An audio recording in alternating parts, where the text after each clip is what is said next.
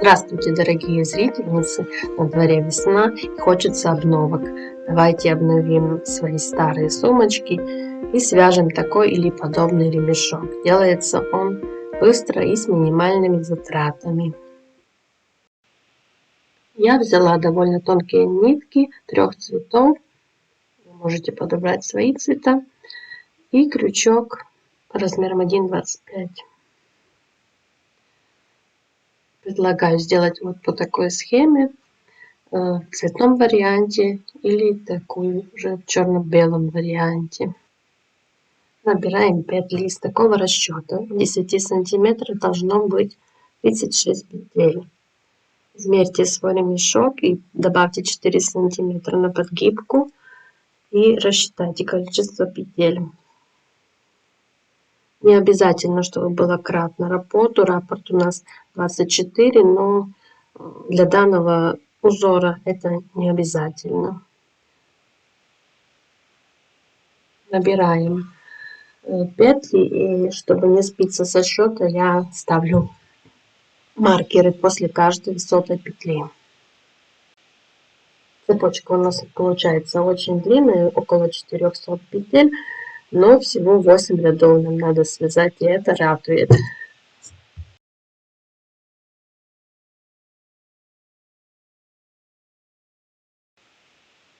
Получилась такая цепочка, и на всякий случай измерьте ее длину, чтобы не ошибиться.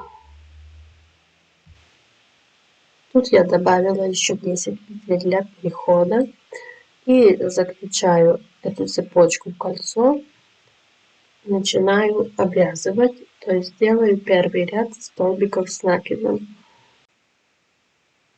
В каждую петельку провязываем столбик с накидом. Должно получиться такое же количество столбиков, сколько было у нас петель.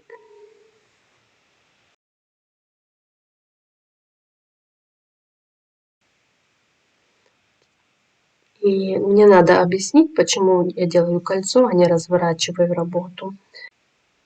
Когда возникла у меня идея самой сделать такой ремешок, я думала, сейчас сяду и быстренько свяжу. Но так как я вязала жаккард крючком первый раз, что-то было не так и получалось неаккуратно. Я поняла, что у жаккарда есть лицо и изнанка, и нужно, чтобы было видно либо лицо, либо изнанку, а не вперемешку. Тогда получается аккуратно. На своих экспериментах я вам демонстрирую это. Можно связать такую трубочку, тоже красиво, но дольше.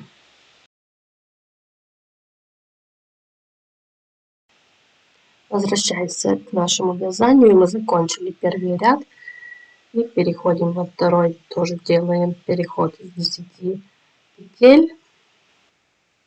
И будем вводить сначала одну, а потом уже и вторую цветную нить. Кто уже умеет вязать жаккард, для него не будет здесь ничего сложного. У меня не было цели делать мастер-класс именно по вязанию жаккарда крючком, но коротко скажу основные принципы. Когда меняете цвет, предыдущий столбик не надо довязывать до конца, а закрывайте его уже следующим цветом. Не забывайте также перед сменой подтягивать нити, которые были не в работе. Нити, которые не в работе, надо как бы прятать в середину столбика. И лично от меня совет: разложите клубочки по разных коробочках, так вам будет легче следить, чтобы они не путались. По узору у нас 7 столбиков зеленого цвета. Серый цвет прячется в середину столбика.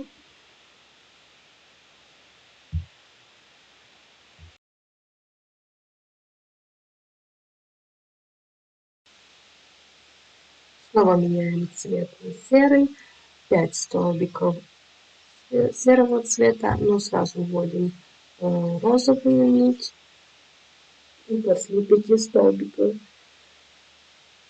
серого цвета идет 7 столбиков розового цвета. И так вяжем по узору. Техника жаккарда мне очень понравилась. Буду ее использовать для вязания своих любимых подушек. так же, как и технику паркетного вышивания, которую вам тоже рекомендую.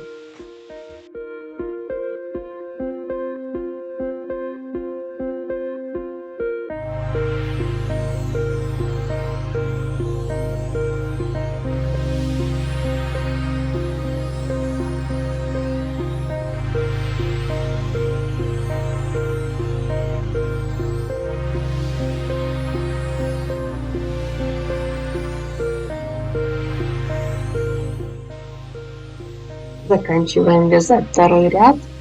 И уже в работе у нас нити 3 цветов. И все эти нити надо перетянуть в следующий ряд. Делаем переход с 10 петель. Все нитки должны быть захвачены.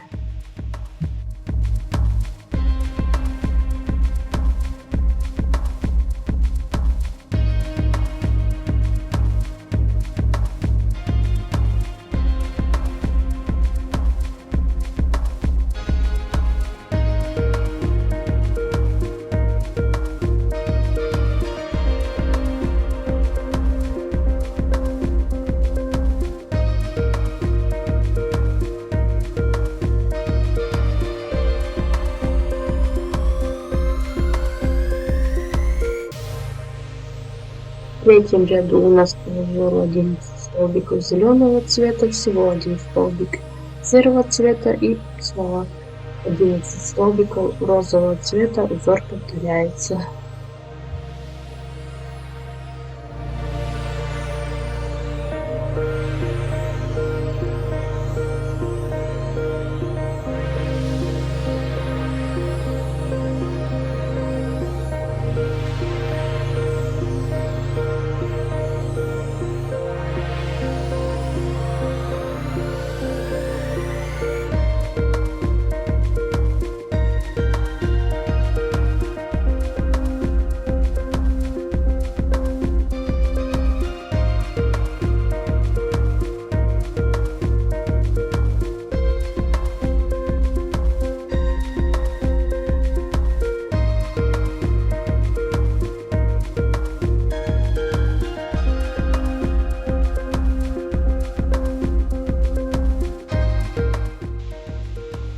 Заканчиваем третий ряд. И хорошая новость: в четвертом-пятом ряду нам серая нитка не нужна. Будем вязать только 2 цветами, и это очень облегчает работу. Поэтому серый цвет мы отставляем, но не отрезаем. Он нам мешать не будет и подождет своей очереди.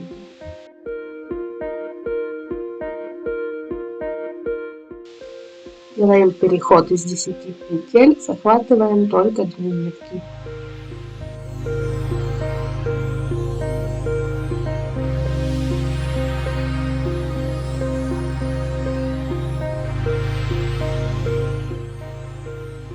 Заканчиваем 5-й ряд, и нам снова понадобится серый цвет. И снова вводим серую нитку в работу. И 6-7 ряды нам нужно будет связать уже 3 нитями.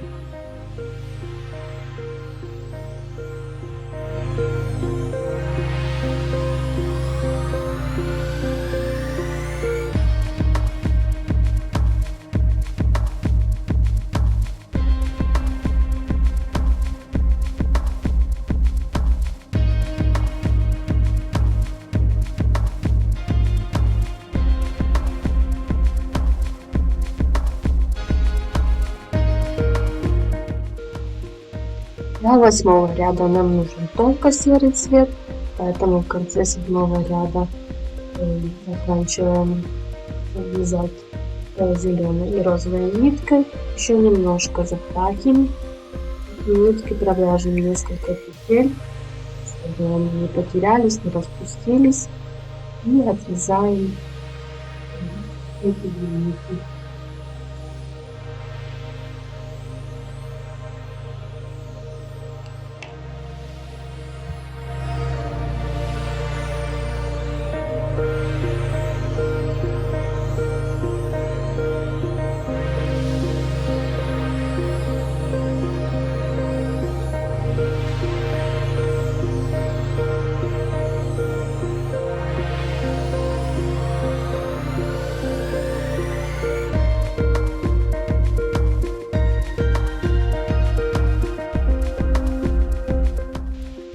Друзья, с вязанием мы закончили, ремешок почти готов. Он у меня все равно перекрутился, как бы я ни старалась, но это вообще не проблема, потому что мы его разрезаем посередине наших переходов. Разрезаем аккуратно ремешок. И осталось нам пришить ремешок на карабины. У меня на сумочке были узкие, я специально себе заказала пошире, шириной 4 сантиметра. И вот так сначала немножко пришиваем эти хвостики, чтобы они у нас не распустились.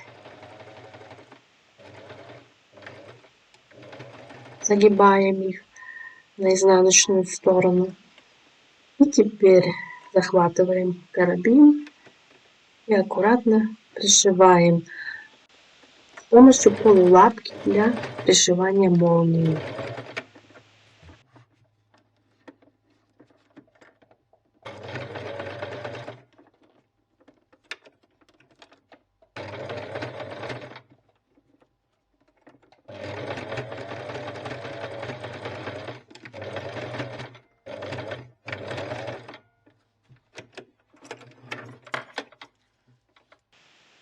Рада буду, если возьмете себе эту идею на заметку.